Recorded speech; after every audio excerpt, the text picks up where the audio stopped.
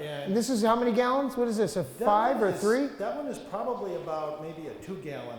Inside. Yeah, it is 2 because that deciphers 2. There you go. See, he knows this stuff. It's got 3 hearts or 3, then it's 3 gallons right. and whatnot. So it's a 2-gallon booze. You know, the fire engine's not worth anything without the booze. What do you think this is worth something without the booze?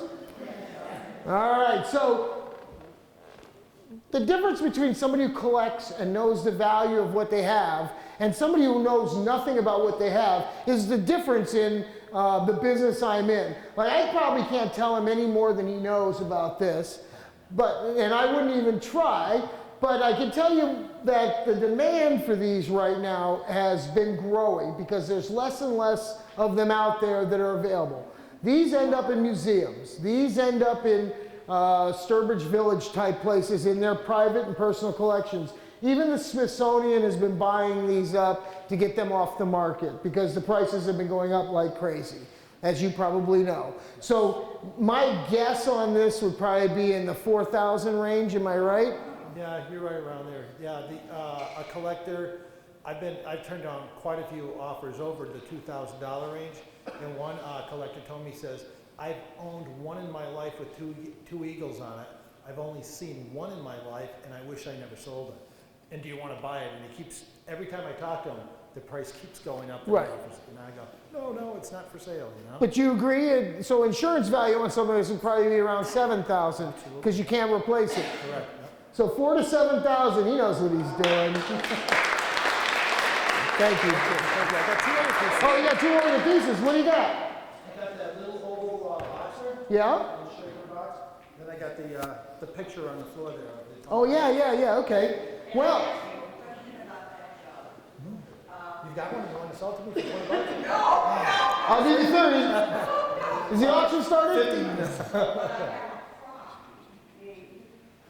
You guys should get together afterwards and you should have him look at it. He's local and he's a fair and reputable hippie.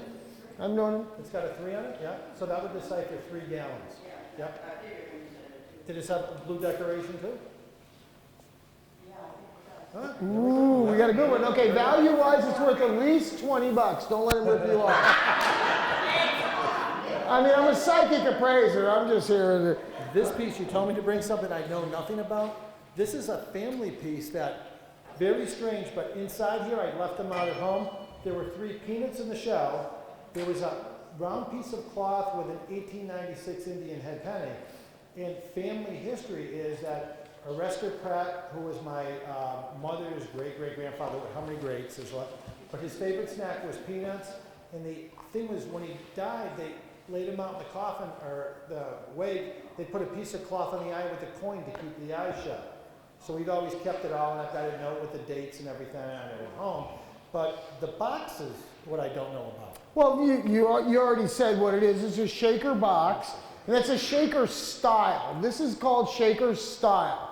Not all of them were made by the Shakers, which is a group, a religious group. It was, you know, in upstate New York and in other parts of the area. There was some out in Western Mass.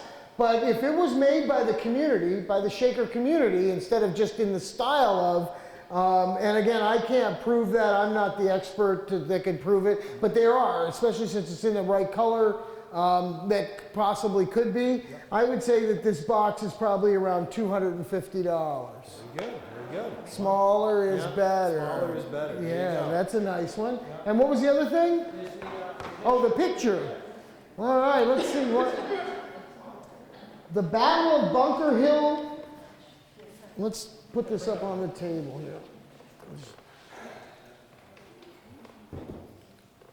The Battle of Bunker Hill, huh? Yeah. Would that be local? Yeah, Boston. Breeds Hill was really called, but they called it Bunker Hill, and this was like, I think someplace like John Trumbull or somebody. This is engraved by J.G. Muller. And the original painting was by John Trumbull, and I bought this at auction a long time ago. I think it's an etching.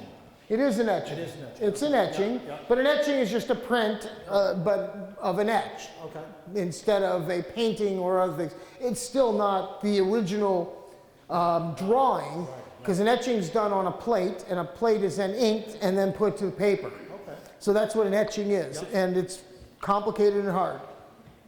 So they produced these and sold them to libraries, courthouses, other places of importance, and pretty much were a business for a publisher to be in the etching and engraving and publishing business. You know, some of the big ones, you know, Currier Knives. Right. You know, and if you've had it by Currier Knives, original etching by Currier Knives and a print of that.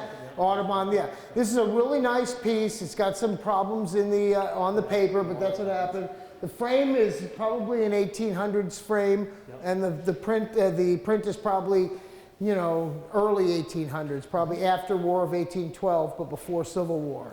Okay, and you put foam core on the back. I hope it's not ruined. It's acid-free. yeah. Good. You have to keep these things out of the light. Before, it had a wood back that was all falling apart. I bought this at an auction, and the newspaper that was falling apart was dated 1883, so I figured it had some age to it, but the paper was just gone. It was basically, it turned to dust almost in your hands, you know? Right, that's what happens. It was planned obsolescence. And the frame was like that woman's earlier frame with all the beautiful workmanship on it, but it was 90% gone, so I took off the rest and painted it gold. There you go, that's how to ruin an artifact. Value-wise, it's probably $100 or under in the condition it's in. All right.